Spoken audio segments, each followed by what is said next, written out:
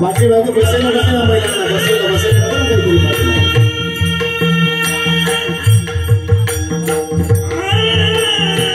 बसायची व्यवस्था मागे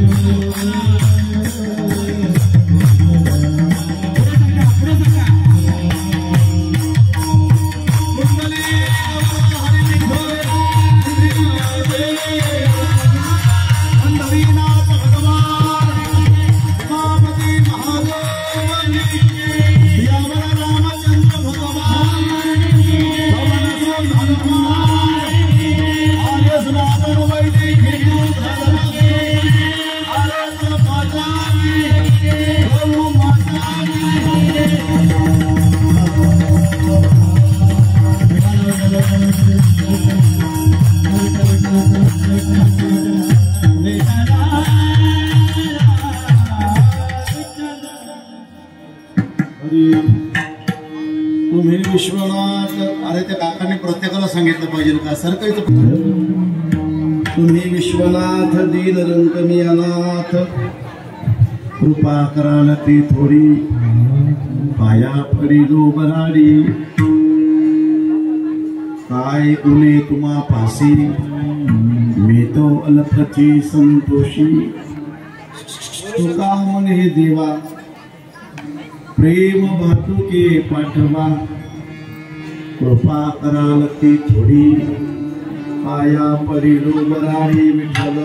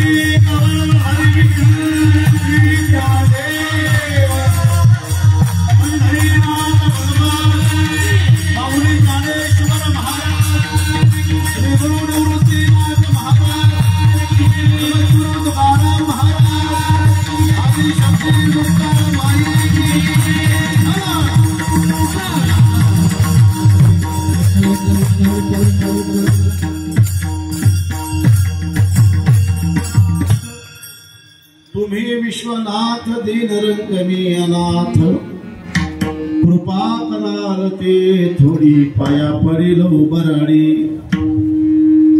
काय काय उने तुम्हा पासी काय उने तुम्हा पासी मी तो अल्पची संतोषी कृपा कराल ते थोडी पाया पडिलो बराडी तुका म्हणे देवा प्रेम भातुके पाठवा कृपा कराल ती थोडी पाया पडिलो बराडी. नमो विठ्ठला राजया पांडुरंगा नमो रुक्मिणी माऊली ज्ञानगंगा नमो पुंडलिका नमो चंद्रभागा नमस्कार माझा रुक्मिणी पांडुरंगा पांडुरंगा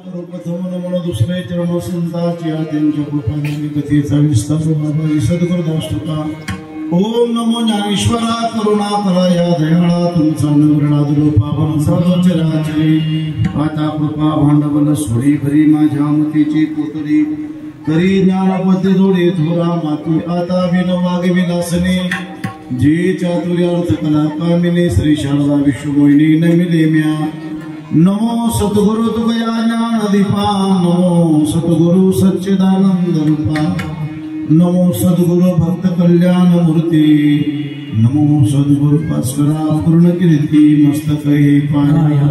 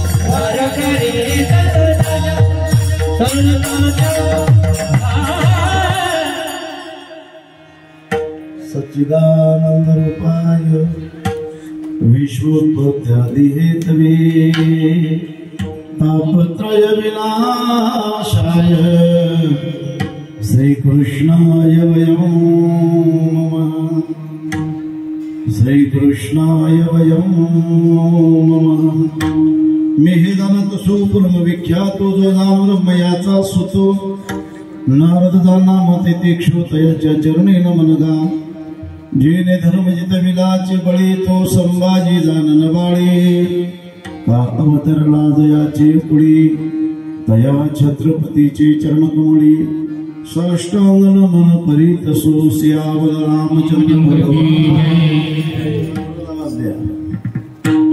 जोरात आवाज द्यायचा जरा भगवान प्रभू रामचंद्राच्या नावाचा जयकार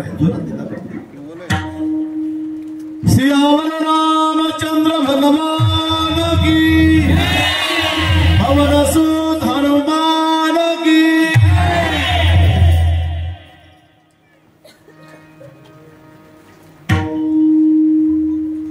तुम्ही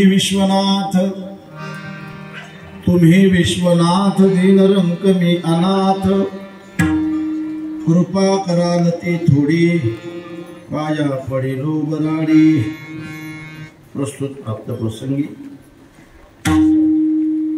भगवत चिंतनासाठी घेतलेला अभंग महान भगवत भक्त देहू निवासी जगद्गुरु तुकोबाराय महाराजांचा 4 चरणाचा गोड अतिशय भगवान महादेवाची प्रार्थना करणारा असा हा अभंग आहे। अभंगावर बोलण्यापूर्वी अल्पसपरे आपल्या या पुण्य पवित्र श्री क्षेत्र अजमेर सोमनाने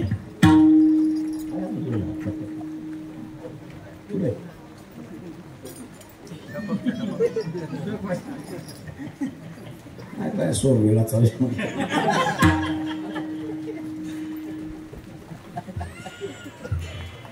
या अजमेर सोमनाने गावामध्ये भगवान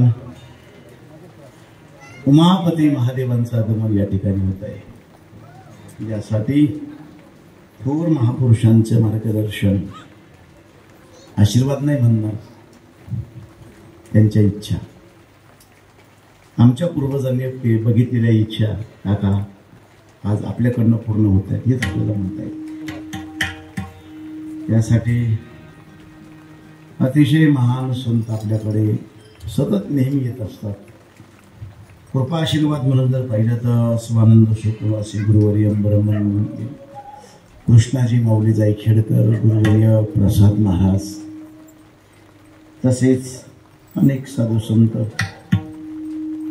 अनेक रूपी महाराज आहेत आणि ज्यांच्या शुभ हस्ते उद्या ही स्थापना होणार आहे हरिभक्तीपरायण भक्तराज पंडित महाराज श्री क्षेत्र मुंडेर, तसेच महंत स्वामी हरिओम ओमानंदपुरी महाराज दोधेश्वर हे महान संत महापुरुष या ठिकाणी उपस्थित राहणार आहेत. ज्यांच्या माध्यमातून या कीर्तनाचा योग माझ्या वाटेला आलाय ते आदरणीय लौकिक महाराज, गावातील सर्व भजनी मंडळ, सर्व प्रेमी मित्र परिवार. तसं महादेवाचं आणि माझं काही वेगवेगळं नाही. आमचे ते काम सुरू झालं तेव्हापासून संबंध चांगले होते. नेहमी वेळोवेळी प्रत्येक कीर्तनामध्ये स्पर्श करत गेलो. त्याच्यामुळे थोडा सहभाग आपला पण आहेच, काय नाही दादा. कीर्तनासाठी उपस्थितीमध्ये सर्व महाराज मंडळी, आदरणीय विजय महाराज या ठिकाणी मृदंगावर आहेत. तसेच ज्यांच्या गोड आवाजात आपण चालले आदरणीय आमचे किरण महाराज आहेत, आदरणीय आमचे सुरेंद्र महाराज मगर आहेत, आदरणीय मनोज महाराज जोशी आहेत, सोमनाथ आप्पा आहे, मधुमामा आहे, विना घेऊन. तसेच सुंदर अशी संशिष्टी आमच्या नंदूभाऊची आहे, त्या सोनू दादाची आहे. नंदूभाऊ उपस्थित आहेत आणि घाबरू नको सोनू, येऊ दे पाणी यांच्या घेऊ नको. आणि सर्वात मोठं कौतुक हे बालगोपाल भजनी मंडळ आहे की नाही. त्या बापरे, मुली पण उभे आहेत, मुलं पण उभे आहेत आणि हा एकदम भरून वाटणारा परंपरा आहे की नाही. आणि मी नेहमी सांगत असतो काका, कीर्तनामध्ये या वयामध्ये ही पोरं उभी राहिली, समजायचं त्या गावातलं परमार्थ जीवन. नुसते उडलेले लाईट, मोटर जळत पंखा, फूज उडलेल्या टिपिया, सापटिंग जायला म्हणतात. सापटिंग गोळी जातीच कोणी हवी मला मन का काही बरं ते नाही म्हणाला नाही. त्यांनी राहू नये असं मला मत नाही आहे, पण त्यांनी आता एक काम करावं. मी गावोगावी सांगत असतो की बाबा तुम्ही जाणार आहे, पण हे कोणाकडे देऊन जाणार आहे, बरोबर आहे की नाही. जाताना कोणातरी हातात देऊन जा ही सर्व मंडळी. आणि आज मुलींची भर पडली, भरून वाटतं जरूर मंडळ. आणि ह्या वयामध्ये जे पोरं उभी राहतात ना, मी नेहमी सांगतो लौकिक महाराज हे का उभे राहतात याचं कारण एकच आहे. या वयामध्ये 2 तास कीर्तनकाराच्या पाठीमागे टाळ घेऊन उभं राहणं हे कोणाला शक्य आहे. इथं उभं राहण्यासाठी काय लागतं असं कोणी विचारलं, मी एकच सांगतो, त्याच्यासाठी आईचं दूध पवित्र लागतं आणि बापाचं रक्त शुद्ध लागतं. बापाच्या रक्त शुद्धी नंतरच आणि आईच्या पवित्र दुधानंतर जी पोरांमध्ये हे संस्कार येतात. कारण एका शब्दात याचं वर्णन करतो मी. वर्णन मी करण्यापेक्षा तुकोबाराय म्हणतात, धन्य माता पिता. हो, माता पित्याला धन्यता का म्हणून त्याचं कारण एकच आहे. शुद्ध बीजा पोटी थोडे रसाळ गोमुखी. मायबाप चांगले असतात तेव्हा पूर्व या पद्धतीने जन्माला येतात, लक्षात ठेवा. दुसरा मुद्दा,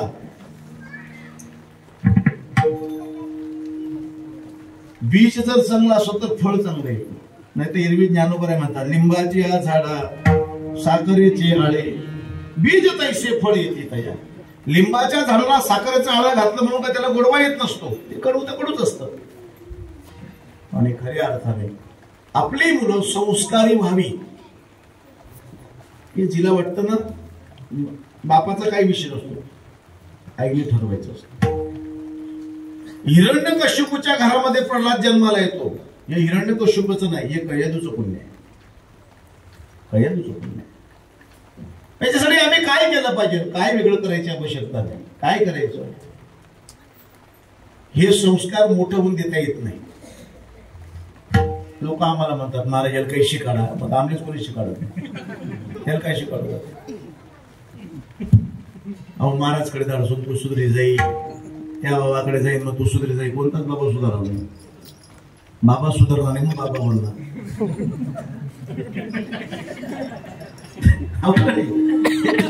सोपा विषय. महाराज आता आमची संस्था आहे का, जे गिऱ्हाईक कुठं चालत नाही ते संस्थेत आणून सोडतात.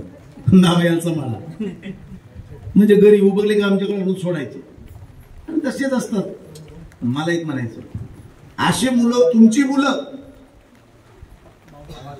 हा आवाज जात नाही ना, मलाही इथं आवाज येत नाही. सोनू काय गोष्ट आहे, आवाज करून चोरणार होते एवढा. हा व्हावं असं स्वप्न आमच्या पंजोबांनी पाहिलं होतं, आमच्या आजोबांनी पाहिलं होतं, आमच्या बापाने पाहिलं होतं, आमचं सुद्धा होतं. तेव्हा आज काही आमच्या समोर महादेवाची स्थापना होते. काका किती मोठा उत्सव झाला पाहिजे होता. महिला बघा, बऱ्यापैकी महिला माहेरवासिनी आता सासरी आलेल्या आहेत, आपल्या सासूरवासिनी माहेरी आलेल्या आहेत बऱ्यापैकी. काकांचं घर भरलेलं दिसतं मला, आहे की नाही. मला आपल्याकडे मी पाहुणे आले म्हणजे काय असतं, पाहुणे कशासाठी, अरे उत्सव आहे. यांना वाटतो, आम्हाला का वाटत नाही. एवढा उत्सव गावामध्ये चालू असताना जी लोक घरी झोपतात त्यांच्या हिमतीची मदत जीव येते की कोणाच्या बळावर करतात ती लोक. काय जाबदेशी यमदूता, काय सांगशील बाबा. काय एवढं गावामध्ये उत्सव चालू होता तरी तू घरी झोपला, म्हणजे नेमकं काय केलं तू, काय कमावलं काय. काय उत्तर देता होशील तू, काय उत्तर देता होशील तू,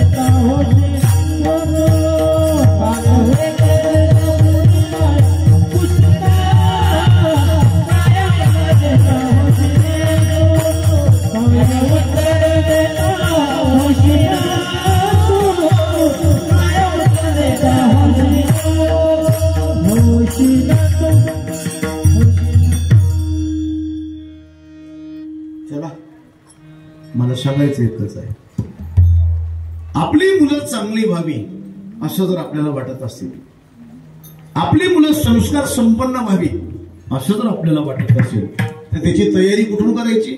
बालवाडीपासून नाही, मग गर्भवती अवस्थेपासून करायची असते. सनातन वैदिक हिंदू धर्म परंपरेमध्ये एकूण 16 संस्कार सांगितले. 16 त्या 16 संस्कारापैकी 3ऱ्या क्रमांकाचा जो संस्कार आहे, पहिला आहे गर्भधान संस्कार, आणि 3ऱ्या क्रमांकाचा जो संस्कार आहे त्याला क्रिया नावाचा संस्कार म्हणतात. या क्रिया संस्काराच्या अनुषंगाने त्याच्या माध्यमातून काय करायचं असतं, आईने ठरवायचं असतं. तोच क्रिया संस्कार कधी असतो, 4थ्या महिन्याला असतो. गर्भवती अवस्थेत स्त्री जेव्हा 4थ्या महिन्याला असते त्यावेळी त्या स्त्रीने त्या संस्काराचा आरंभ करायचा असतो. काय करायचं असतं तिने ठरवायचं असतं. मी तुम्हाला सांगतो, सर्व महिला मंडळ माझ्याकडे लक्ष द्या. काय करायचं, आपल्या मुलीला, आपला सुनेला 4था महिना लागला, पहिली गोष्ट तिचा मोबाईल हिसकून घ्यायचा. 2 घरातल्या लोकांनी टीव्हीचा त्याग करून द्यायचा. 3 तिच्या हातामध्ये ज्ञानेश्वरी देऊन टाकायची, तिच्या हातामध्ये भागवत देऊन टाकायचं. नाही कळालं नाही हे ग्रंथ, सरळ सरळ डोंगरजी बापूंचं भागवत रहस्य नावाचा ग्रंथ आहे, सरळ भाषेत आहे, त्याचं अध्ययन करायचं. ज्ञानोबारायांचा हरिपाठ वाचायचा. अजून जवळ सांगू, छत्रपती शिवरायांचं चरित्र वाचायचं. का सांगतो, त्या 6 महिन्यामध्ये आई जे जे करते ते सर्व मुलांना प्राप्त होतं म्हणून. अभिमन्यूला चक्रव्यूह भेदनाचं जे ज्ञान आहे लौकिक महाराज, ते एखाद्या पाठशाळेत नाही भेटलं, आईच्या उदरामध्ये भेटलं. गर्भवती अवस्थेमध्ये सुभद्रा असताना संवादामध्ये त्याला कळालं की गर्भ आपल्या चक्रव्यूह कसं भेदन करायचं आहे. आपण ठरवायचं असतं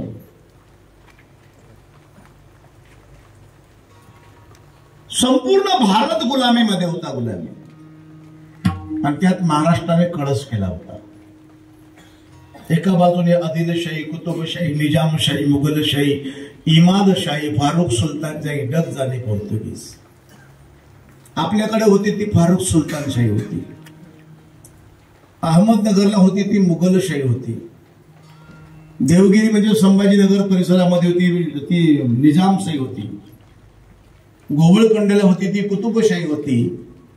गोव्यामध्ये पोर्तुगीज होते. अशा चारही बाजूने भरकटला झालेला महाराष्ट्र कोणी कोणाला वाचवायला तयार नव्हतं. अशा स्थितीमध्ये एक तुमच्यासारखी तरुण स्त्री गर्भवती आहे. अवस्था इतकी वाईट आहे.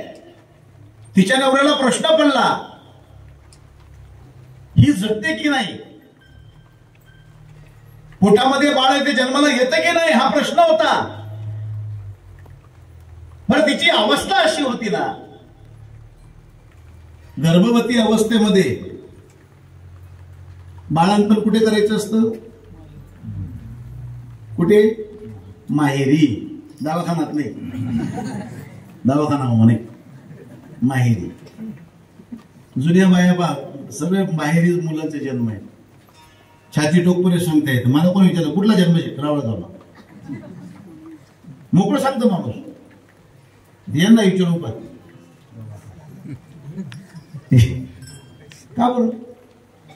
आता कोरोना बाप ठरले गेस पहिले. आपण काय बाळात पण खरं होत नाही. कवळ लग्न ठरवणार पहिले बघा, लग्न पहिले ठरायचे. बाळात पण तुमलेच करणं पडी, शिजर वेळ तरी तुमलेच करणं पडी. तू बाप शिका कसं आहे, अजून लग्न नाही तेवढं शिजर नाही शोभले रे.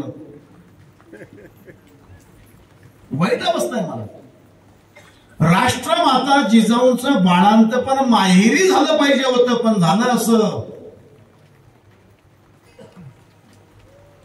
निजामच्या नादी लागून माहेर आणि सासरमध्ये शत्रुत्व निर्माण झालं होतं.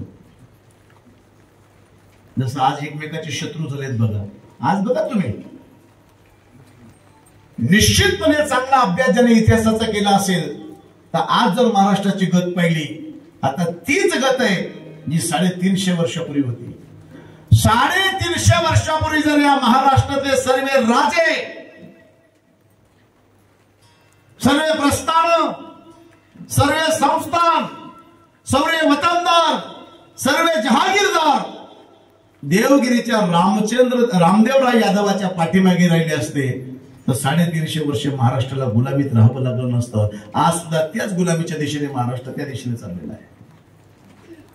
काय चाललं काय आमचं? एकाला सिलेंडर स्वस्त पाहिजे, एकाला कांदे स्वस्त पाहिजे, एकाला जातीचं आरक्षण पाहिजे, एक म्हणतो माझ्या जातीतून देणारच नाही. काय धंदे काय तुमचे? हे आदर्श देश नागरिकाचे लक्षण आहे. अरे जगाच्या पाठीवर भारत इतका श्रीमंत देश कोणता जन्माला आला नाही, पण या श्रीमंतीला वारंवार कलंक लावला त्या या देशातल्या फितूर आणि गद्दारांनी.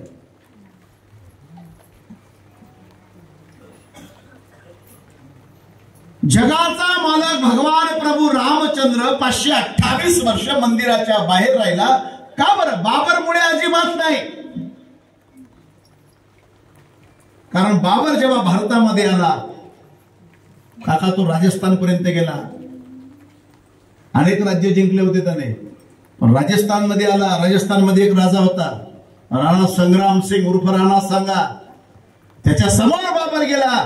त्या राणा सांगा असा पराक्रमी पुरुष होता. त्याने त्या बाबरला कुत्र्यासारखं पळवलं. कुत्र्यासारखा पळून गेला हा बाबर. किती वेळा? 3 वेळा. शेवटी बाबरने ठरवलं अफगाणिस्तानमध्ये बसून भारतात जायचं असेल तर राणा संघाचा बंदोबस्त करावा लागेल. त्याच राणा संघाच्या जवळचे 4 राजपूत फुटीर केले. त्यांना सांगितलं काय येडे का तुम्ही? मी तुम्हाला राजा करतो, मी तुम्हाला मोठं करतो. स्वतःच्या वतनदाऱ्या घ्या, स्वतःच्या जहागिऱ्या घ्या, याच्या काय नादी लागतात? फितूर केलं, स्वार्थी केलं. त्यांनाही स्वार्थ जमला आणि त्यांनी एवढ्या पराक्रमी राजाच्या जेवणामध्ये विष कालवलं आणि राणा सांगा मारला. मला एकच सांगायचं, कदाचित राणा सांगा नावाच्या सरदाराची विष घालून हत्या झाली नसती तर या देशात प्रभू रामचंद्राला 528 वर्ष बाहेर राहावं लागलं नसतं. राम बाहेर का राहिले? या देशातल्या गद्दारांमुळे बाहेर राहिले. बाबरची अवकात नव्हती देशामध्ये थांबायची. मला एकच म्हणायचं आहे, राष्ट्रमाता जिजाऊ माहेराला पारखी झाली होती. कारण लखोजीराजे जाधव, अचलोजी, रघोजी, यशवंतजी चारी बाप लेक वेगळे आणि जिजाऊचे मिस्टर वेगळे, शहाजीराजे वेगळे. बाळांपण कुठे करायचं, सुरक्षित जागा कुठे? आणि त्यातल्या त्यात निजामने काय केलं होतं? शहाजीराजाचं कट, शहाजीराजाला मारण्याची सुपारी कोणाला देऊन टाकली? लखोजींना. म्हणजे त्याच्या सासऱ्याला सांगितलं, कोण असा बाप आहे हो स्वतःच्या मुलीचं कुंकू पुसेल? पण लखोजींना तलवार उचलावी लागली, शहाजीराजाचा पिछा करावा लागला. स्वतःची बायको वाचवण्यासाठी, कोणापासून? तिच्याच बापापासून वाचवण्यासाठी बायको सह्याद्रीच्या कोपऱ्यातला शिवनेरी किल्ला शोधला.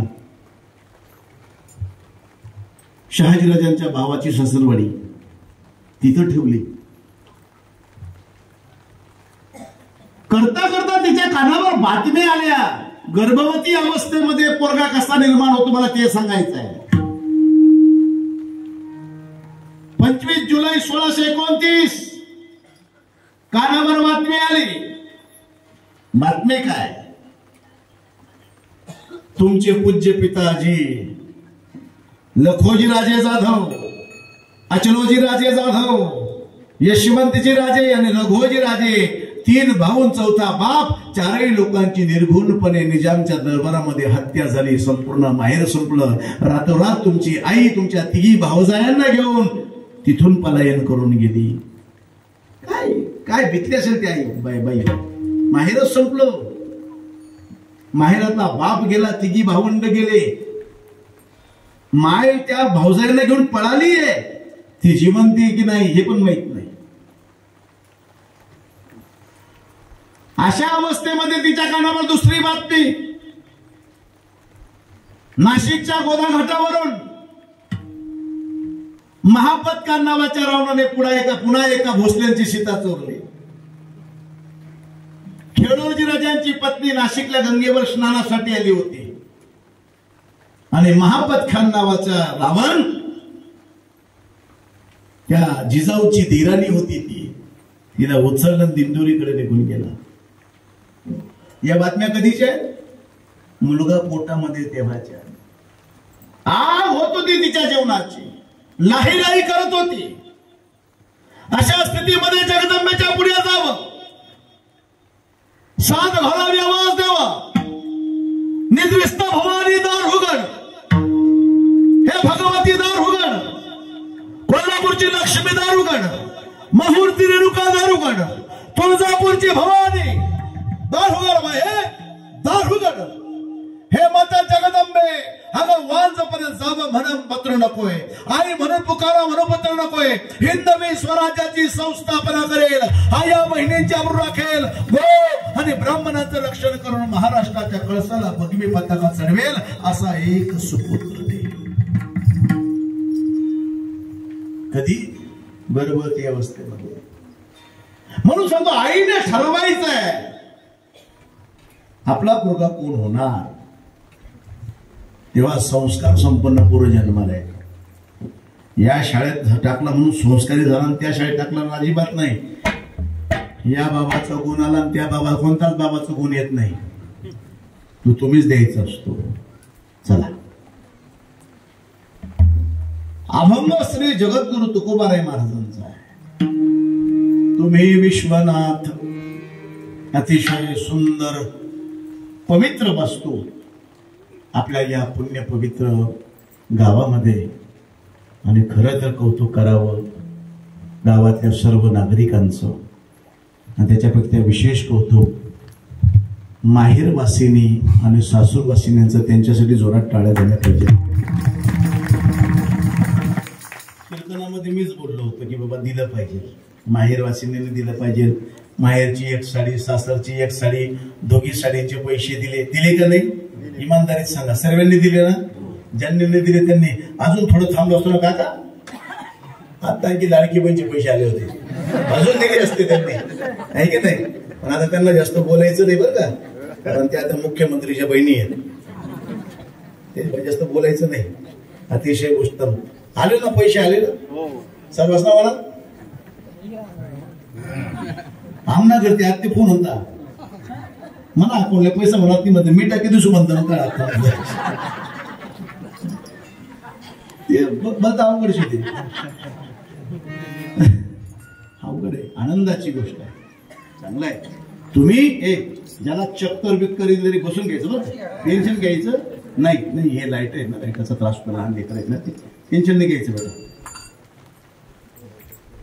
सर्वांच्या सहकार्यातून सर्वांचा परिश्रम आणि त्या परिश्रमामध्ये विशेष करून आमचे लौकिक महाराजांचे प्रयत्न, महाराजांनी धरून ठेवलेला समाजाची घडी विस्कटू देत नाही तुम्ही, ही सगळ्यात चांगली गोष्ट आहे. सर्वच प्रकारची लोक एकत्र आणून हे उभं करणं, मंदिरात गेल्यानंतर माणसाला प्रसन्न वाटतं, अतिशय उत्तम. आणि गेल्या 3 दिवसापासून हा उत्सव चाललेला आहे. प्रतिष्ठा मंदिर बांधणं अगदी सोपं आहे बरं का. पैसा खूप झालाय लोकांकडे, देतात लोक पैसे. मंदिर बांधणं सोपं झालंय, मंदिराचं पावित्र्य राखणं अवघड झालंय. त्याचं पावित्र्य राखलं गेलं पाहिजे. आपण मंदिरामध्ये जातो, काय त्या महादेवाला पण नाही ना महाराज, काही ते ना अशी बादली तांब्या भरतात, मासे पाणी फेकतात. जसं तो महादेव 3 महिन्यापासून आंघोळ केली, त्याला काही विधी आहे. बिलू समर्पण करण्याची काही करण्या बघा, ते तांदूळ फुकट भेटतच, गब तांदूळ बिजाल ते महादेवाला पिंडू टाकी देते. तो तांदूळ त्या महादेवाच्या लिंगाच्या अवतीभोवती जो गॅप असतो, त्या गॅपमध्ये तो तांदूळ जातो, कालांतराने तो सडतो, त्याची दुर्गंध येते. आणि जेव्हा मस्तक टेकायला जातो दुसरा व्यक्ती, त्याला तीच दुर्गंध त्रासदायक ठरते. त्याचा भाव, त्याची श्रद्धा ढासळते. ते पाप कोणाला लागतं? तांदूळ टाकणारीला. मंदिरात रिकाम्या हाताने जायचं नसतं. मंत्रम पुष्पम फलम तो गेलं पाहिजे. सध्या सर्वात जास्त लोड महादेवावर आलेला आहे. सर्वात जास्त लोड आहे महादेवावर. महादेव पूर्ण परेशान झालेत. महादेव म्हणे मला सरावन नाही, काहीच नाही दादा, 12 महिना परेशान होईल. का बरं? गर्दीच वाढली महादेव. शिवशंकर भोले गले में गाज डोले, जटा में सिगंध का बहाय. भोलेनाथ आहे, सहज कृपा करणारी देवता आहे. गर्दी वाढली, आनंदाची गोष्ट आहे. मी फक्त गर्दी वाढली एवढं म्हणतो, भक्त वाढले असं कधीच म्हणू शकत नाही मी, कारण हे गिरायक आहेत, भक्त नाही. आधी महादेव नव्हतं का गावामध्ये? काका होता, का बरं जायचं ना? महादेव इतकं देतो माहित नव्हतं. ते मिश्रा महाराजांनी सांगितलं तर सर्व गर्दी महादेव पडे, बाकी मंदिर उन्हाळ पडली. गेलं पाहिजे, तो कोणी गेलं पाहिजे ते ऐकून घ्या. महादेवाच्या मंदिरात कोणी जायचं? महादेवाच्या मंदिरात कोण कोण आहे? शंकर आणि पार्वती. मग तिकडचा शंकर म्हणजे माझा सासरा आहे, तिकडची पार्वती म्हणजे माझी सासू आहे, असं जिला वाटेल तिनेच महादेवाच्या मंदिरात जायचं.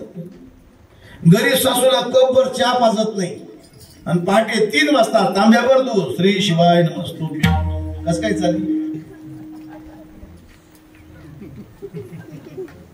तिकडची पार्वती म्हणजे माझी सून आहे, अशी जिची भावना असेल तिने मंदिरात जायचं. गरीब सूर्याला एक शब्द चांगला बोलत नाही, पाठ पासून महादेव मंदिरामध्ये. कसं चालेल? चालेल का? महादेवाला लक्षात ठेवा, मंदिराचं पावित्र्य कधी लागतं? जेव्हा स्वच्छ माणसं, चांगली माणसं मंदिरामध्ये जातात, मंदिरामध्ये जाण्यानंतर काय असतं माहितीये का, मंदिरात गेल्यानंतर आपल्यातले चांगलेच विचार तिथे व्हायरल झाले पाहिजेत, पसरवले पाहिजेत. पण आपण एवढे वाईट विचार घेऊन जातो. मंदिरात गेल्यावर महाराज हे एवढा म्हणजे इतका हटकुन्या पडलाय महाराज, देराणी जर 3 वाजता गई तर जेठा डायरेक्ट 3:45 जाईल वाटत. ती पुढे जाईल तांब्यापर्यंत, थोडी हाई म्हणून माय कोणी नाही जप आहे त्यांना. मग ती अशी ती श्री शिवाय अशी ती पाहिजे हाई वनी का, मग ती तांब्याने लोट तांब्याला अशा वरता आवडी घेत आणखी जरा जरा पाणी टाकायचं. का बरं, इले उभं करायचं. द्वेष, मत्सर, राग या गोष्टी मंदिरात घेऊन जायच्या नाही. स्वच्छ अंतकरणाने त्याच्याकडे जा. तो भोलेनाथ आहे, काय देत नाही महाराज, तो सर्व देत. आणि इतका भोला आहे की त्याला हे बी कळ म्हणजे नाही की याचा मला त्रास होईल. त्याचा सर्वात मोठा भक्त कोणता, भस्मासूर. काय झालं भस्मासुराचं, भस्मासुराला वरदान देऊन टाकलं. बरं ते नारदाचा कार्यक्रम होता सर्व. नारद भस्मासुराला म्हटला, काय भस्मासुरा एवढी धावपळ करतो. भस्मासुर म्हणे भस्म आणावं लागतं. अरे येडा आहे का म्हणे तू, कोणासाठी आणतो, शंकरासाठी. मग शंकराकडनं वरदान माग. त्याने वरदान मागितलं, ज्याच्या डोक्यावर हात ठेवला तो भस्म. झालं काय, चुकीच्या माणसाच्या हातात सत्ता आली, त्याचे परिणाम चुकीचे घडतात, चुकीचे घडतात. झालं असं. भस्मासूर समोर आला, त्याच्या डोक्यावर हात ठेवायचा. समोर आला, त्याच्या डोक्यावर हात ठेवायचा. म्हणजे त्याला विचारलं नाही त्याच्या ठिकाणी. नारदाकडे की नारदा रे काय करून आला. नारद म्हणे मी जातो परत. परत भस्मासुराला भेटले नारद. भस्मासुरा काय चाललं, भस्मासूर म्हणे आता बसून पगार आहे. पूर्वी या स्मशानात जाय, त्या स्मशानात जाय, आता तसं काही नाही म्हणले, घरी बसून पगार मिळतो. बावळट आहे म्हणे तो. का बरं, मला सांग भस्म कोणासाठी आणतो. म्हणे शंकरासाठी. मग म्हणे बावळट, अरे शंकराच्या डोक्यावर हात ठेव, शंकर भस्मन पार्वती तुला फुकट. शंकर भस्मन पार्वती तुला फुकट. आणि लोकांना आता वाईट लवकर आवडतं. 4 दिवसापूर्वी तुम्ही त्याच्यासाठी त्याला एखादी शिवी दिली किंवा त्याचं एखादं चांगलं काम केलं, 4 दिवसापूर्वी तुम्ही एखादं चांगलं काम केलं, त्याला त्या चांगल्या कामाचं कौतुक नाही. 10 वर्षापूर्वी एखादी शिवी दिली ती तो विसरत नाही. वाईट लोक सोडत नाही लवकर. भस्मासुराला पटलं, तो शंकराच्या पाठीमागे गेला. हे मला आता काय सांगावं लागतंय, कारण भक्त शंकराचे जास्त झाले. झालं असं, भगवान भोलेनाथ पुढे, भस्मासूर त्याच्या पाठीमागे. कथा आपण सर्वांनी ऐकली, पण त्याचा मतितार्थ जाणून घ्या. पुढे झालं काय, भोलेनाथ पुढे, भस्मासूर पाठीमागे. पळता पळता पळता पळता शेवटी आता काय करावं. शेवटी भगवान विष्णूंनी विचार केला, आपण भोले बाबांची मदत केली पाहिजे. भगवान विष्णूंनी मोहीन रूप धारण केलं. आता हे विश्व किती सुंदर, हे एवढं सुंदर, त्याचा निर्माण करणारा किती सुंदर असेल. असा तो परमात्मा, त्याचं मोहिनी रूप. त्या मोहिनीला भस्मासुराने पाहिलं. भस्मासूर टार्गेट विसरला. बरेच भस्मासूर 10वी पर्यंत चांगले मार्क घेतात, पण एक वेळा कॉलेजला गेले आणि एखादी मोहिनी दिसली, टार्गेट विसरून जातो. मग त्याला काहीच दिसत नाही. त्याला भस्मासूर म्हणायचं. उपकाराच्या मोबदल्यामध्ये जे अपकाराने जगतात समजायचं, हे भस्मासूर आहे. परक्या स्त्रीला पाहून ज्याच्या अंतकरणामध्ये वाईट भाव निर्माण झाला समजायचं, याच्यात आपण शिरड आहे की नाही, काही वेगळं नाही. सख्या भावाला बांधावर जागा देत नाही समजायचं, याच्यात दुर्योधन शिरड आहे. असं भस्मासूर मोहिनीच्या मागे लागला, शंकरला विसरला. तिला सांगितलं, म्हणजे प्रपोजल ठेवलं तिच्या पुढे, तू माझ्याशी लग्न कर. ती म्हणे का बरं. तू म्हणे अगं मी पराक्रमी आहे. ती म्हणे मला पण पराक्रमीच नवरा करायचा आहे, पण मग तो माझा ऐकणारा पाहिजे. मी म्हटलं की बस, त्याने बसलं पाहिजे. मी म्हटलं उठ की त्याने उठलं पाहिजे, मी म्हटलं सुट की त्याने सुटलं पाहिजे, असं मला वाटतं. भस्मासूर म्हणे तू फक्त सांग, मी तू म्हणशील तसाच वागेल.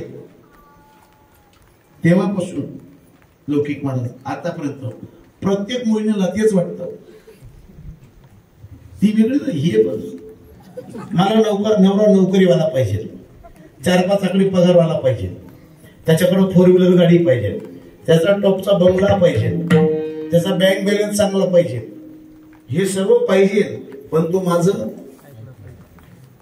माझ्या इशाऱ्यावर नाचणारा पाहिजे. तेव्हापासून तेच. त्या मुलीने काय केलं, त्याला नाचायला सांगितलं. मुलीने सांगायचं, भस्मासुराने नाचायचं. तेव्हापासून आतापर्यंत तेच चाललंय. मोहिनीने फक्त म्हणायचं आपल्याला एकत्र राहायचं नाही. तो म्हणे बघतो तू आपला लग्न बाणाखाली ठेव.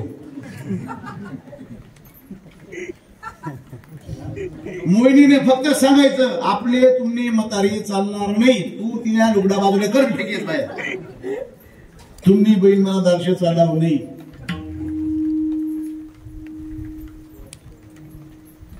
आपले खेळावर रावण नाही. सटनाला जाऊत आपण रावाले सटनाले. मला फक्त एकच सांगायचंय, किरण महाराज त्या भस्मासुराचं काय झालं होतं काका? भस्म झाला होता. मग तो भस्मासूर जर भस्म झाला तर या भस्मासुराचं काय होईल? थोडा तर विचार केला पाहिजे की नाही? मोहिनीचं ऐकून तो भस्मासूर भस्म झाला, आपलं काय होईल?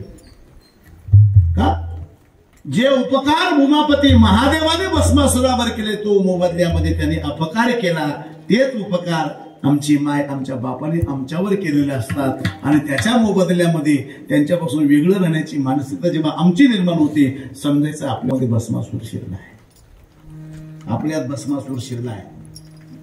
मी एकाच सांगतोय, महादेवाच्या मंदिरामध्ये जाताना बघून घ्यायचं माझ्यात भस्मासूर तर नाही शिरला ना. महादेवाच्या मंदिरात जाताना विचार करून घ्यायचा कदाचित माझ्यात मोहिनी तो नाही शिरला. मग महादेवाच्या मंदिरात जायचं. किती बेल व्हायला महत्व नाहीये, किती तांदूळ व्हायला महत्व नाहीये, किती मंत्र जाप केला महत्व नाहीये, किती जल अर्पण केलं महत्व नाहीये, किती उपवास केले महत्व नाहीये. तुम्ही घरी काय वागले याला खूप महत्व आहे. लोक आम्हाला कीर्तनकार महाराज म्हणतात, ज्ञानोबाला शिव्या देतात. घरी माता पितरा धड बोल नाही संसारा, विश्व भरे आदरे मूर्खू जैसा. आम्ही तुमच्या पुढे विद्वात्याच्या गोष्टी सांगतो, घरी जर मायबापाशी चांगलं वागत नसू तर ज्ञानोबाने म्हटले हे मूर्ख आहे. विश्व भरे आदरे मूर्खू जैसा. मला हे का सांगावं लागतं? महादेवाचं मंदिर झालंय. उद्यापासून आपल्यासाठी महादेव कायम स्वरूपी तुमच्या जवळ आहे. उद्या ब्राह्मण वृद्ध त्यांच्या मंत्रोच्चारणाच्या साह्याने त्या मूर्तीमध्ये प्राण ओतणार आहे. प्राण जलासन झाला असेल, धान्यात पण धान्यात एक राहतात. प्राण ओतल्याच्या नंतर तो प्राण तो देव त्या अवस्थेत ठेवायचं की आता आपण फक्त म्हणतो महाराज आमना गावना मारुती जागृतची म्हणतात लोक. अरे पण तो ना गावना जागृतची मना गावना का झोपी थोडी जायची. आमना गावना जागृत असे. मारुती जागृत नसतो, त्याच्या प्रतीची आपली भावना जागृत असते. तसं महादेवामध्ये प्राण ओतणारे ब्राह्मण वृंद, पण आता त्याची जागृती ठेवण्याची जबाबदारी आपल्यावर असते. देव बसवला म्हणजे, देव आले म्हणजे देवाचा यथायोग्य उपचार झाला पाहिजे. देवाला वेळोवेळी स्नान झालं पाहिजे, देवाला नैवेद्य गेला पाहिजे, देवाचं भजन झालं पाहिजे, देवाचा दीप अखंड पाहिजे, देवाच्या मंदिराचं पावित्र्य टिकवता आलं पाहिजे. नाही तर काही बिड्या फुकायला पडते दाढी मला. चुकून पण मंदिरामध्ये बसून जर बिड्या फुकल्या खूप वाईट आहे. महादेवाचं लक्ष करा.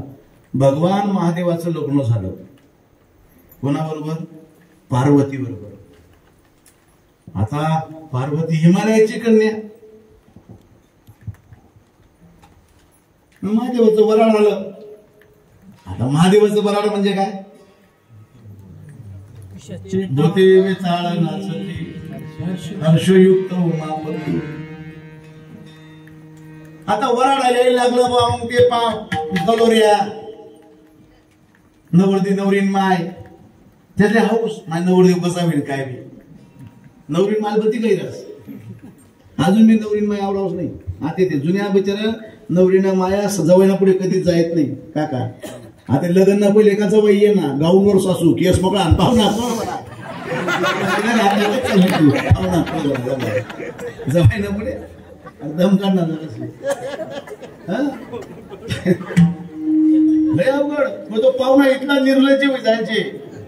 मम्मी आत्यातून यांना मध्ये घे तू सासू मम्मी म्हणाला. सासू कस काय मम्मी झाली मला ते कळालं नाही आजपर्यंत. एक एक गाड्या येतात पुढे. टॉपचे पाहुणे पुढे व्हीआयपी पुढे. पहिली गाडी आली. पहिल्या गाडीमध्ये ब्रह्मदेव नवरीन माय म्हणे माय हो सासरावी म्हणे. बोलता विचारता नाही म्हणा गपचित राहिली. दुसरी गाडी मग विष्णू म्हणा म्हणे हाऊ खरा हिरोशे म्हणे. पण तिला सांग हाऊ नाही म्हणे नवरदेव म्हणे. मग नवरदेव मागे शे हाऊ कोणचे मग दोस्ताचे म्हणे नवरदेवला. माय म्हणे नवरदेवला दोस्त इथला भरते नवरदेव कसा लागले नवरदेवने वाटतो तेवढा वराड होणार. ते वराड पै तर बऱ्याच कलर लांब नाही पर्यात डायरेक्ट बेशुद्ध.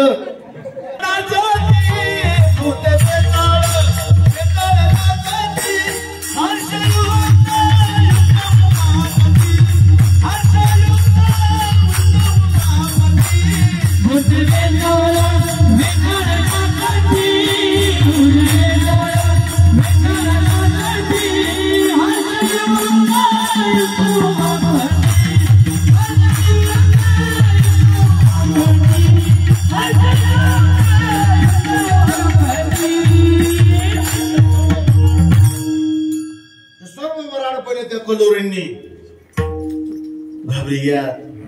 कोणले चल चल कांदा फोडी लावना पडा. काही कांदा सापडे भाव गाडी घ्या कोणीच नाही नाही. अवघड काम. मग मागते नवरदेव म्हणा. आता नवरदेव म्हणा म्हणजे नवरदेव कसा पाहिजे होता? घोडावर पाहिजे होता. हो बैलवर बटी म्हणा.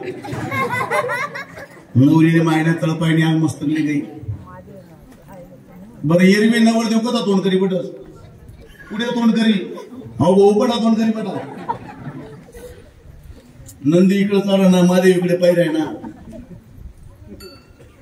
ती म्हणे काय म्हणे सोनासारखी पोर अहो कथन पाहिजे ना म्हणे. नवरी बरं मी म्हणे मनाने नाही म्हणते. हे शिव महापुराणात तिचं मनोगत आहे. भगवान भोलेनाथ आले. ती म्हणे बहीण पार्वती तुला दुसरा भेटणार नाही का? हो काय शे तुम बाप चांगलं सांगितलं. विष्णू म्हणे तू नाही म्हणे तू येऊ सांगितलं नाही. पार्वती म्हणे माडी तुला समजत नाही म्हणे. म्हणे का बरं? अहो म्हणे हो मोठा दिवशी म्हणे. ते आपली भाषा मोठा साहेबशी नाही गडी मालनी पटरा ना म्हणे. पार्वती मातेने भगवान भोलेनाथांना विनंती केली माझ्या मुलाचे आपलं स्वरूप दाखवा. व्यापक स्वरूप. जेव्हा राणीला दिसलं राणी कृत्य झाली. तिने भगवान महादेवाचं ते स्वरूप पाहिलं. ते तेज आणि महादेव कसे सुंदर आहेत. कर्पूर गौरम कर्पूर कापुरासारखा गोरा रंग महादेवाचा आहे. ते स्वरूप पाहिलं. बाकीच्या अलंकारांकडे पाहू नका.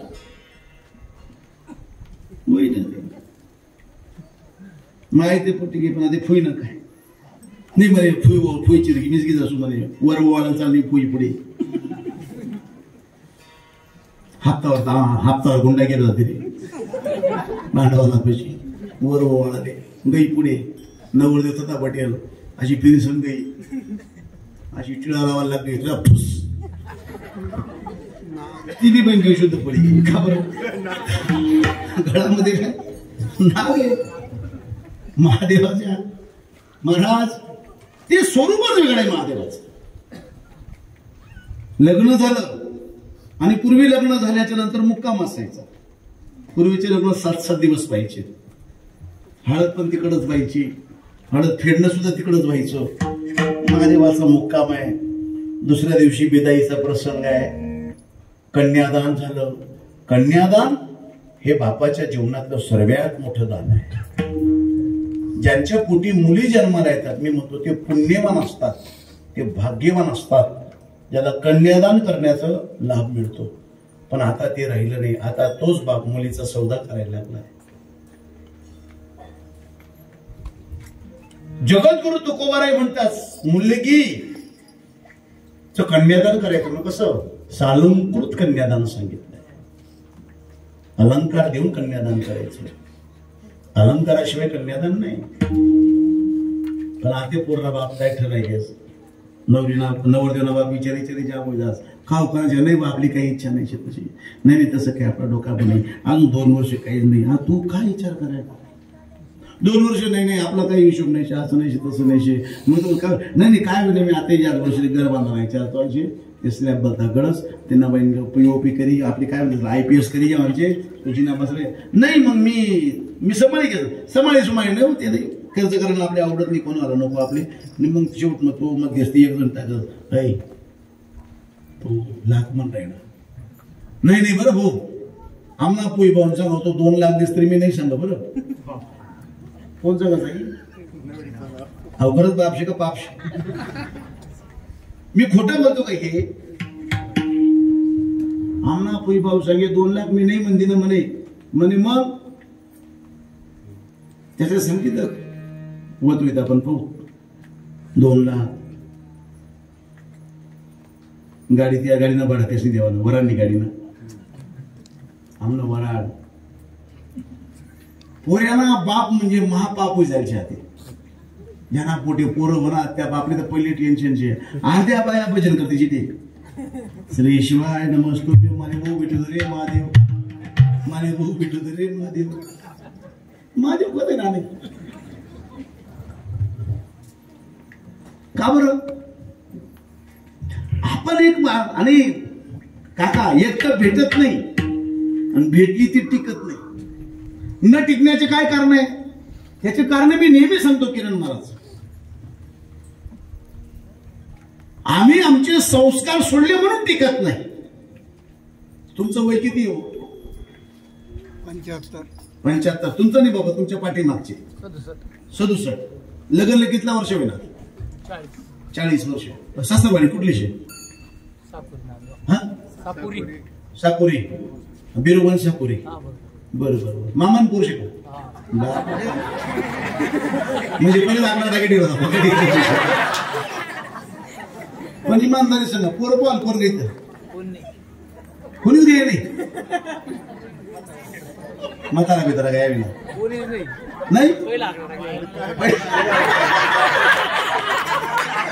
नाही नाही त्या कोटले गणला राय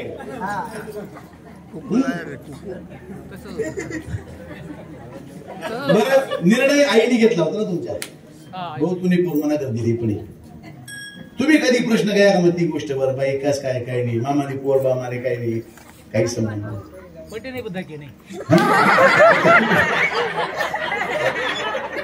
बरं मग आता कसं काय चालू व्यवस्थित असं तुला कळायला लागणार त्याला नंतर मग मामाने पोर सांगे बोललं बिललं काही असं भाषा चॅटिंग इंस्टाग्राम काहीच नाही.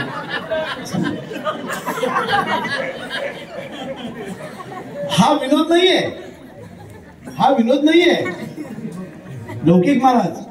मी सांगतो ना 40 वर्षापूर्वी आईने निर्णय घेतला बापाने निर्णय घेतला तुला मामाची पोरगी करायची आहे. लग्न झालं 40 वर्षामध्ये किती वेळा कोर्टात गेले तुम्ही भांडायला एक पण वेळा नाही. एकदम व्यवस्थित चालू काही टेन्शन बरं चालत नाही तरी मान म्हणलं काही नाही एकदम व्यवस्थित चालते ना. बाईक चालत नाही तरी मान म्हणलं नाही. वा वा वा. मग मला एक सांगायचं, 40 वर्षापूर्वी निर्णय कोणी घेतला? आई वडिलांनी. निर्विवाद प्रपंच चालू आहे. अति पोरपो अलकून जास सौता नवर देव पोऱ्यान बापला तपास लागत नाही. बरं गया ते गया ना किरण, थोडा एक मोबाईल दियस, तू फक्त मिस कॉल मारा. या नवाई लग्न जमेल काका गाव सापडतात नाही.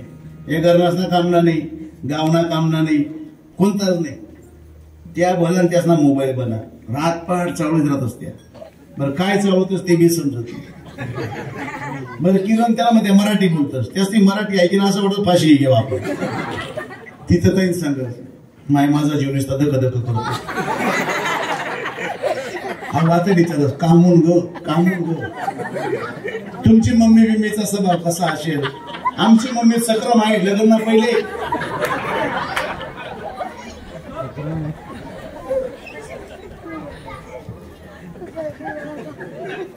मग त्याला मग त्या ओळखी पाळखी येणं जाणं भेटणं, मग ती सांग मला तुमची याद येऊन राहिली.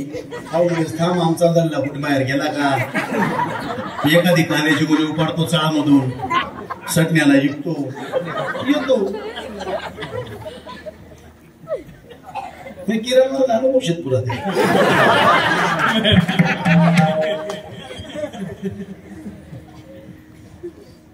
महाराज लग्नाच्या अगोदर 3-3 महिने फोनवर बोलतो, 2-2 वेळा भेटून येतो. आता फोटोग्राफरने वेगळे लपडे काढले ते प्री वेडिंग. लग्नाच्या अगोदर photography, pre wedding, pre wedding काय ते इंग्रजी आपल्याला समजत नाही. की लग्न होतं आणि 4 महिन्यात फार कधी. 40 वर्षापूर्वी बापाने निर्णय घेतला.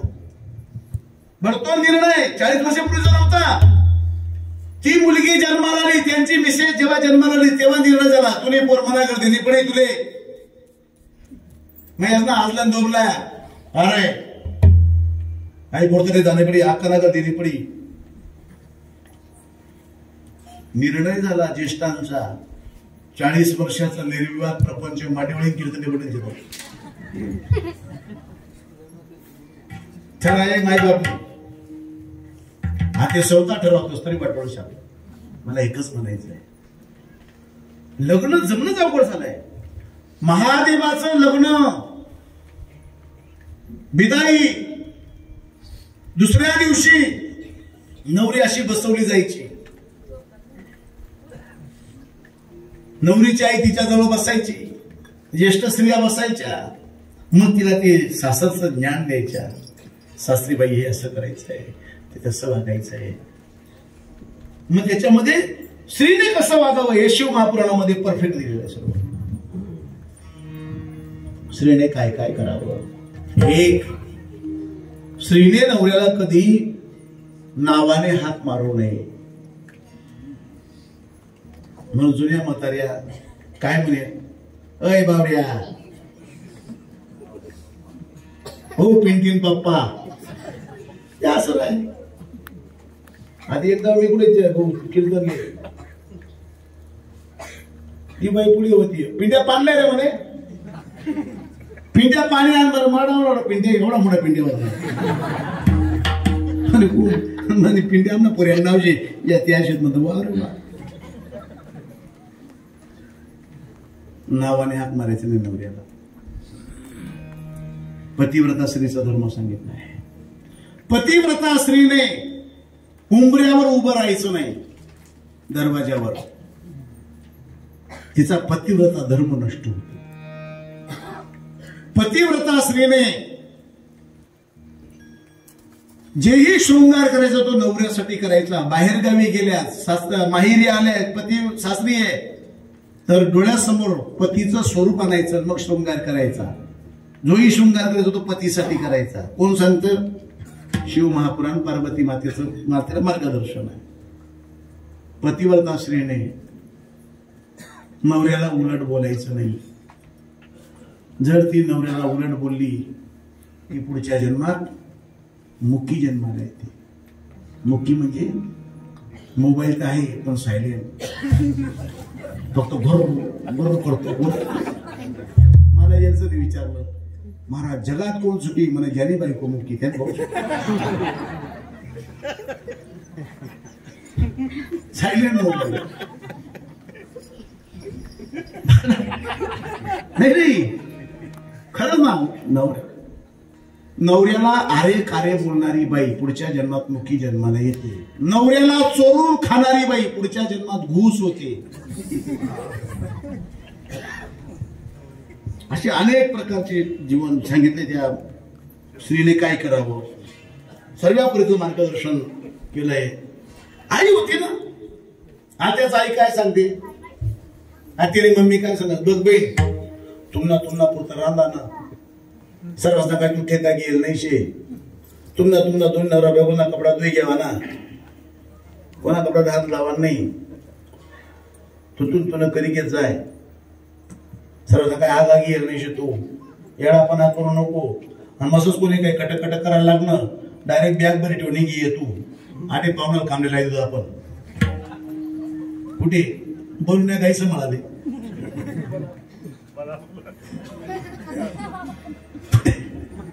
काय मला सांगा ना, हे आईचे लक्षण आहेत का?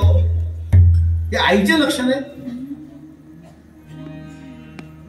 आई काय होती? आई शेवटच्या टप्प्याला मुली कांद्यावर यायची. इथे शेवटच्या टप्प्याला आईच्या गळ्यात पण रडायची. आई तिच्या कानाकडे तोंड करायची, एका शब्दात सांगायची, आतापर्यंत आमची होती, विषय संपलाय, आता जे आहे ती तुझं ती आहे. ते मार्गदर्शन. मग त्या पार्वती मातेची विदाई आहे. भोलेनाथांचं ते विशेष आहे.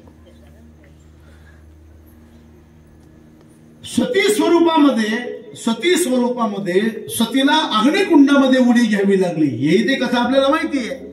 का घ्यावी लागली? सर्वजण दक्ष राजाच्या यज्ञामध्ये जात आहे, यज्ञाच्या कार्यक्रमामध्ये जात आहे. भगवान भोलेनाथांना बोलवलंच नाही. सती म्हणे माय सर्वात जाहिरात मी काय करू, तू म्हण तू जाऊ नको. आपल्याला बोलवलं नाही म्हणे माझ्या वडिलांच्या घरी मी गेलं पाहिजे. अगं बाई ठीक आहे, माझ्या वडिलांना आठवण पडली असेल. जवायची कधी आठवण पडते का? कधीच नाही. पार्वती माता सती माता विचारते मी काय करू, जाऊ का? भगवान भोलेनाथ म्हटले बघ, तुला जा असंही म्हणणार नाही आणि थांब असंही म्हणणार नाही. ही म्हणे म्हणजे तुमची अनुमती आहे. निघून गेली. परिणाम काय झाला सर्वांना माहिती. असे जे महादेव आहे, आम्हाला मार्गदर्शक ज्यांचं जीवन आहे, त्या महादेवाचं आगमन आपल्याकडे उद्या होत आहे. याच देही याची डोळा. उद्या हे मंदिर राहणार, हे गाव तसंच राहणार, आपण नसणार आहे. पण लक्षात ठेवा, आपल्यानंतर कितीही श्रीमंत लोक जन्माला आले, कसेही लोक जन्माला आले, त्यांना या महादेवाची स्थापना बघायला मिळेल, कलश रोहन बघायला मिळेल का? कारण ते नशिबान आपण आहोत, ते पुण्य आपलं आहे की आपण आपल्या डोळ्यांनी हे सर्व बघतो. अशा महादेवांच्या प्रति प्रार्थना जगद्गुरु तुकोबाराय आजच्या भंगा करतात. महाराज सांगतात, तुम्ही विश्वनाथ. काय झालं? भगवान परमात्मा विश्वनाथाच्या भेटीला काही वारकरी निघाले. जात असताना तुकोबारायांना सांगितलं, तुकाराम महाराज आम्ही चाललो काशीला, तुम्ही येता काय? महाराज म्हटले एक काम करा, मी काही येत नाही पण माझा निरोप घेऊन जा. महाराजांनी पत्रामध्ये लिहून पाठवला. निरोपाचा आशय काय आहे? त्यामध्ये महाराजांनी भगवंताचं मन भरून कौतुक केलंय. अभंगाच्या पहिल्या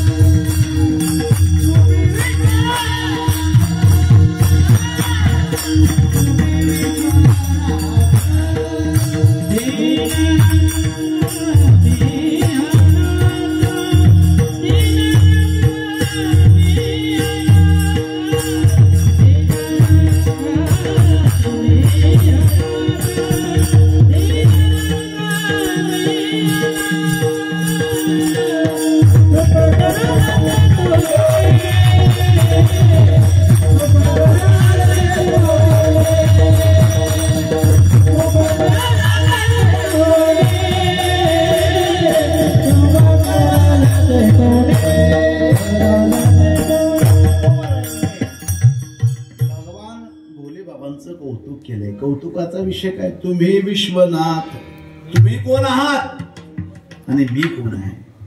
तुम्ही विश्वाचे नाथ आहात. आता विश्व म्हणजे केवढं नाही की नाही? या विश्वाचे नाथ, ब्रह्मांडाचे धनी आणि संपूर्ण ब्रह्मांड ज्याच्या आधिपत्याखाली राहतोय ना, तो परमात्मा तुम्ही आहात. आणि मी तुमच्या पुढे काय? दीन आहे, रंक आहे, अनाथ आहे. याला काय म्हणतात? नम्र भाव म्हणतात. तुकोबा काय सामान्य होते का? कोण होते? तुकाराम महाराज. आणू रेणूया थोकडा तुका आकाशा एवढा, म्हणे रामेश्वर भट्ट द्विजा, तुका विष्णू नाही तुका. सामान्य तुकाराम महाराज नव्हते. केवढे मोठे होते? तुकिता तुलने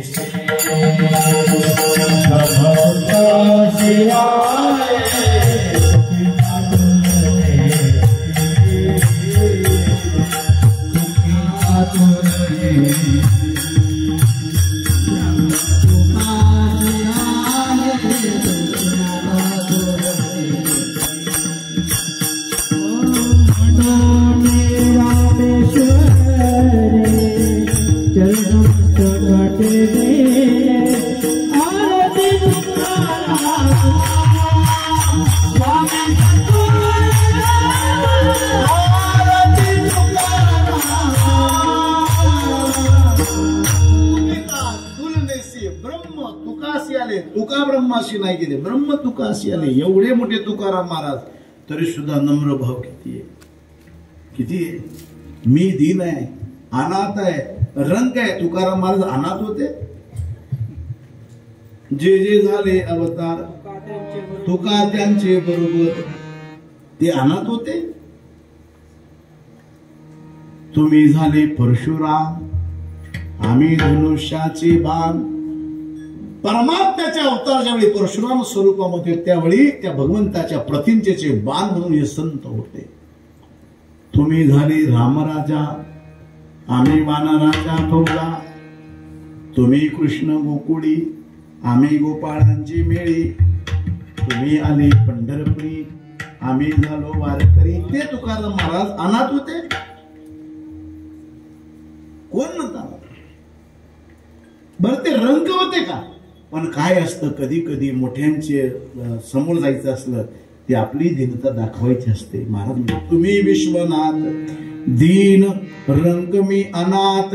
पर एक काम करा, अशी स्थिती माझी असल्यामुळे तुम्ही माझ्यावर कृपा कराल ती थोडी, पाया पडेल बराडी. आणि काय मला वेळ लागत नाही देवा, काय खूप वेळ लागतं असं काही प्रकार नाही. काय येऊने तुम्हापासी, मी तो अल्पचे संतोषी. देवा, काय तुमच्याकडे कमी नाही आणि मला काय खूप लागत नाही. त्याच्याकडे काही कमी नाही आणि आपण हे खूप मागायचं नाही. ही स्थिती तुकोबाला सांगते. तुका म्हणे देवा, प्रेम भातुके पाठवा, कृपा करा न ते थोडी, पाया पडेल उभराणी. देवाला मागायचं असेल तर काय मागा? तुका म्हणे देवा, प्रेम भातुके पाठवा. खऱ्या अर्थाने समाजामध्ये आज कशाची आवश्यकता आहे? तर ती प्रेमाची आवश्यकता आहे. प्रेम नाही बोललं काका आमच्याकडे. पैसा आलाय, प्रॉपर्टी वाढली, प्रेम नाही. कुणाच्या प्रती प्रेम नाही, आईच्या प्रती प्रेम नाही, बापाच्या प्रती प्रेम नाही, समाजाच्या प्रती प्रेम नाही. धर्माचा विषय तो सोडूनच द्या. स्वार्थ जडलाय मला, स्वार्थ. आणि त्या स्वार्थाच्या पोटी होणार काय माहिती का? स्वार्थाच्या पोटी महाराज आम्हाला स्वतःला जावं लागणार. वारंवार हे संत तुम्हाला जागवण्याचा प्रयत्न करतात. तुम्ही जागत नाही, दुसरे जागतात. आता परवा आमची रामगिरी महाराज बोलले. काय वावगं बोलले का? चुकीचं बोलले रामगिरी महाराज? हे खोटं आहे का? त्यांचा कोण तो काय त्याचं नाव होतं, तो पैगंबर मोहम्मद पैगंबर. वयाच्या 50व्या वर्षी त्याने 6 वर्षाच्या मुलीशी लग्न केलं नाही का? त्याने निकाह केला नाही का? केला. पण ते काय असतं बरं? हे काय आम्ही वाचायला गेलो नाही ना, हे त्यांच्याच विचारातून आलंय. पण असं असतं, खरं बोललं की कोणाला राग येतो म्हणे, शक्य आहे ना, म्हणजे आता कबर येणार नाही, आलं त्याला राग. महाराजांना सांगायचं होतं की ज्यांची परंपरा एवढी भयान आहे, ज्यांचा आदर्श असा आहे, त्यांच्याकडे तुम्ही चांगल्या अपेक्षा कधी ठेवतात? हिंदूंना अजून तरी जागे व्हा. बांगलादेशामध्ये होणारा अत्याचार बघा, बांगलादेशामध्ये होणारे बलात्कार बघा, बांगलादेशामध्ये होणारा जो त्रास आहे हिंदू समाजाला, त्याच्याकडे लक्ष द्या. आणि सांगू का, अशी जर आपली वागणूक राहिली, याच्यापेक्षा भयान काळ आपला सुद्धा येणार आहे. हीच परिस्थिती आपली होणार आहे. उद्या आपली पिढी आपल्याला कधीच माफ करणार नाही. बंगले बांधून ठेवले, श्रीमंत्या कमावून ठेवल्या, पण पोरांसाठीचा धर्म सिद्ध नाही ठेवला काका, पुढे तुम्हाला तो समाज माफ करणार नाही. आपण आपल्या पोरांना काय देऊन जातोय? आज के इस इंसान को क्या हो गया, इसका पुराना प्यार कहां पर खो गया. कुठे गेले ते? कैसी ये मनहूस घड़ी है, भाइयों में जंग छड़ी है. भयानक भावाभावामध्ये वाद, जाती जातीमध्ये वाद, खुर्चीसाठी वाद, पदासाठी वाद, पैशासाठी वाद. मी तुम्हाला उदाहरण दिलं राणा संग्राम सिंगचं. ज्यावेळी हा भारत गुलाम झाला, त्याचे कारण एकच शोधून काढले, त्यावेळी भारतातली लोक स्वार्थी झाली. आणि आजही आमची वाटचाल त्या दिशेने आहे. आता कोणतंच इलेक्शन नाहीये. आणि मी तुम्हाला एकच सांगतो, आपल्या धर्माची रक्षणाची जबाबदारी आपली आहे. महिला मंडळ तुमच्याकडे मोबाईल असतील, पण तर काही असे रिपोर्ट तुमच्यापर्यंत येत नाही, कारण ते पुरुष मंडळी फॉरवर्ड करतात, तुमच्यापर्यंत येत नाही. पण ताई, इतका वाईट काळ आहे महाराज. 17 वर्षाच्या हिंदू मुलीवर 40 लोकांनी बलात्कार केला. 40 लोकांनी दारूची बाटली फोडली, तिचे स्तन कापले. हा इतका अत्याचार असतो? हे सर्व पाहून रामगिरी महाराज बोलले की ज्यांचा आदर्श वयाच्या 50व्या वर्षी 6 वर्षाच्या पुढे लग्न करतो, त्या नालायकांकडे तुम्ही अपेक्षा का ठेवायच्या?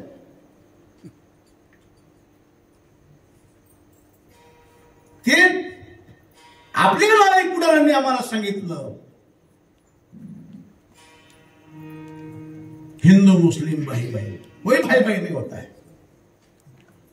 ते जोपर्यंत कमी संख्येमध्ये येते तोपर्यंत तुमच्याशी नम्र वागतील. ज्या दिवशी त्यांची संख्या वाढली, ते तुमच्या तलवार चालवायला घाबरणार नाही. करंजाड मध्ये जा, एकच घर होतं, पूर्ण गल्ली झाली, परवा दंगल झाली तिथे, माहिती तुम्हाला? त्यांचा दोष नाही, ते त्यांच्या जागेवर बरोबर आहे. आम्ही हिंदू विखुरले गेलो, पक्षावर विखुरलो,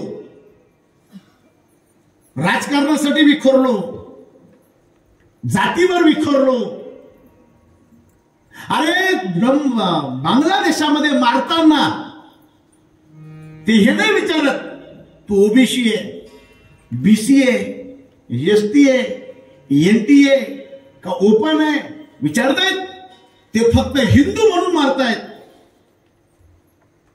हे दिवस आम्हाला बघायचे, आम्हाला कसं मारायचंय, आमच्या पिढीला ते द्यायचंय. काका, परवाच्या दिवशी बांगलादेशाच्या विरोधात शांततापूर्ण बंद होता नाशिकमध्ये.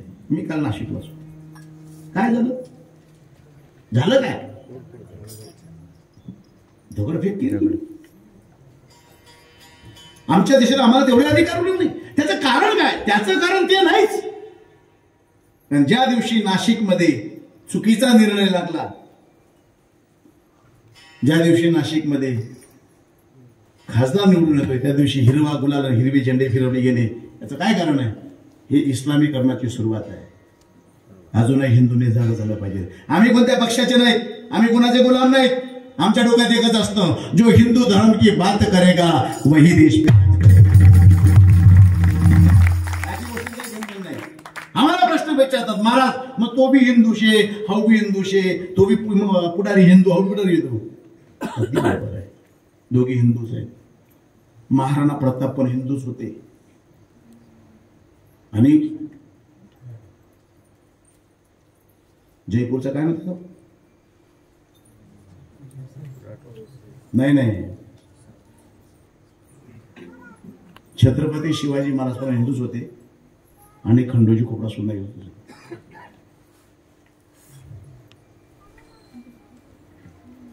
महाराणा प्रताप पण हिंदूच होते आणि मानसिंग सुद्धा हिंदूच होता. पण मानसिंग जे लढत होता कोणासाठी लढत होता? अकबरासाठी. आणि महाराणा प्रताप लढत होते ते हिंदुत्वासाठी. खंडोजी खोपडा लढत होता तो यवनांसाठी आणि छत्रपती लढत होते ते स्वराज्यासाठी. मला एकच म्हणायचं आहे, तो कोण आहे? तो माझा भाऊ आहे, मावस भाऊ. म्हणे जीज बहीण, म्हणे फुई बहिणी पोरशे, म्हणे जीज बहिणी जीज नदींशी म्हणतील मतदान देणं पडे. अशा कारागारांच्या कर्म मारेवर वाटवले. राजकारण म्हणून नाही, धर्मकारण म्हणून बोलतोय. जर धर्माचा विचार आज आम्ही नाही केला तो उद्या आपल्या मुलांसाठी चांगलं नाही. हे आपणच बांधलेली मंदिरं तुटतील. युट्यूबला बघा मंदिरं कशी तोडली जात आहेत, कशी ग्रंथ जाळली जात आहेत, कशा मूर्त्या भंगवल्या जात आहेत. अरे इतिहासात वाचलं होतं, तुळजापुराच्या मंदिरामध्ये गेला खान, तुळजा भवानीच्या पुढे उभा राहिला, तिच्या पुढे गाय कापली, रक्ताचा थर निर्माण झालं आणि भवानीला प्रश्न विचारतो, अरे क्यों कृष्णाजी ये है तुळजा भवानी? हा खान साहब तो त्या देवीला प्रश्न विचारतो, अरे देवी बता तेरी करामत.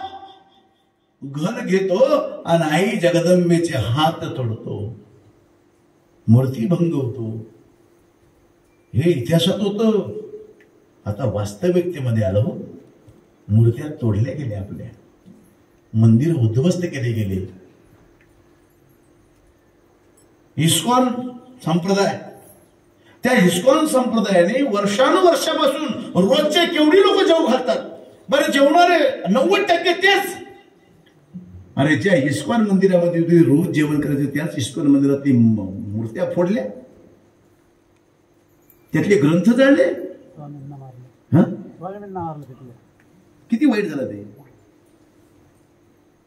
हा जो वाईट प्रवृत्ती, मला एकच म्हणायचं आहे, हिंदूंना अजूनही जागेवा. तुमच्या जवळचा एखादा म्हणत असेल ना, हाय नाही यायला काही कोणाला नाही, मी एकच सांगतो, लक्षात ठेवा. ज्या ज्यावेळी धर्माला गुलामी येते त्या त्यावेळी धर्मरक्षणासाठी परमात्मा येतो. पण आता तो येणार नाही, कारण तो ज्याच्यासाठी येतो तो सज्जन असावा लागतो. आपण सज्जन नाही, आपण दुर्बळ आहे. प्रभू रामचंद्र धर्मरक्षणासाठी आले, हातामध्ये धनुष्य घेतला. भगवान श्रीकृष्ण धर्मरक्षणासाठी आले, हातामध्ये सुदर्शन घेतलं.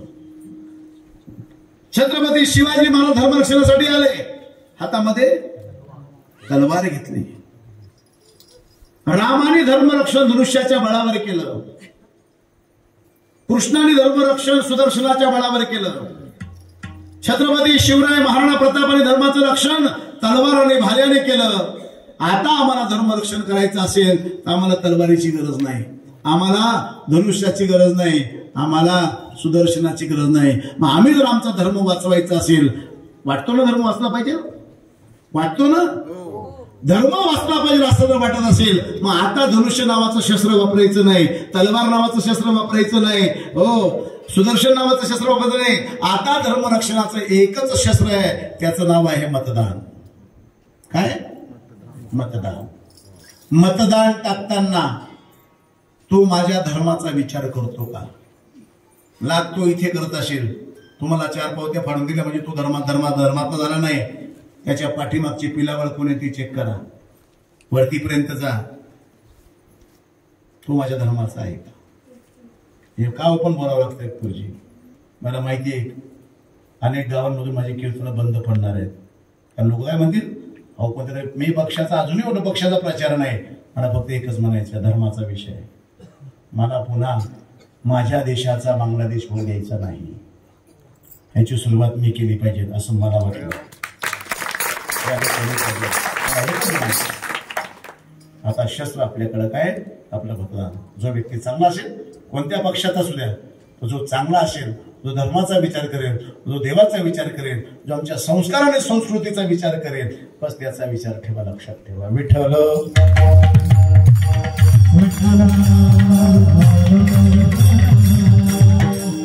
भगवान बोले जाताना वेगळं काही मागलीच नाही. तुकोबाने तुका म्हणे देवा प्रेमे भातुरी कृपा कराल ती थोडी, माझ्या पडिलो भराडी विडोपा.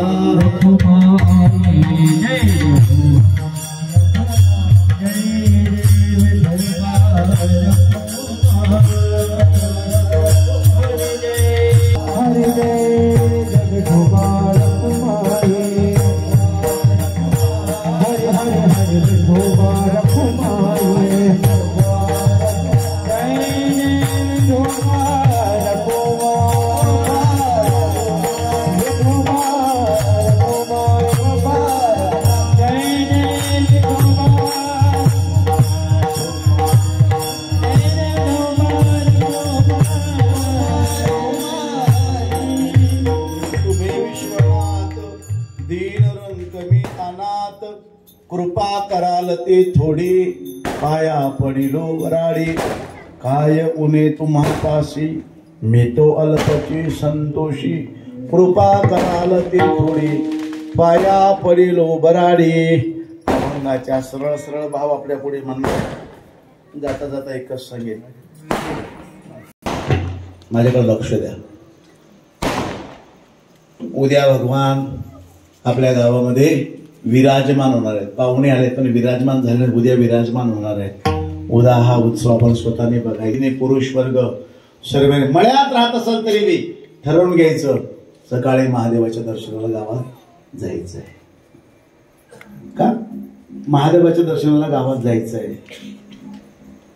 लहान लहान मुलं आहे की नाही, महादेवाच्या मंदिरामध्ये जल घेऊन जायचं, महादेवाला समर्पित करायचं. आपण भजन केलं, आपण महादेवाची पूजा केली, महादेव आपल्यावर कृपा करणार आहे. आलं लक्षात?